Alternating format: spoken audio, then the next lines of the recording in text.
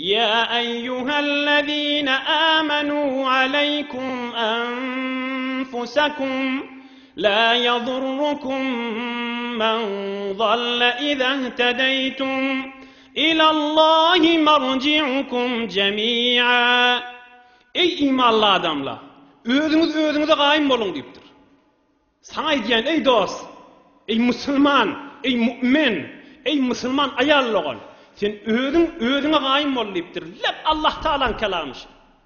La yadurrukum men zalle iza ihtedeytum. Sen imanına gayim olsan, ol hafa toy tutyan sana zarar verip bilmez deyiptir.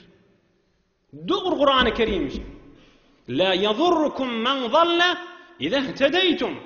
Sen imanına gayim mi? Eşittirdin dem kefine hava, on hafa gediyerligi sana zarar vermeye deyiptir. Mınnay deyin deyiptir Allah Teala. İlallahi marci'ukum cemi'a. Birine hemmeniz gelmeli olarsınız deyiptir.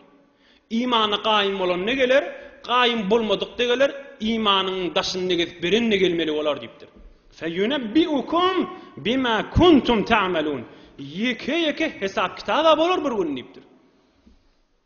Sen özün kulağa siyan mol. Allah Teala'nın buyruğu. Kulağa siyan ne kan? Yüzlerce toylamız arasında olmandır mı? Ay kulağa siyan ne yok deyip mahul muhrat almalılar. Sen özüne gayim ol, öz imanına gayim ol. Huday öz toyuna özün gayim ol. Yüzlerce neferin günahını boyun alma.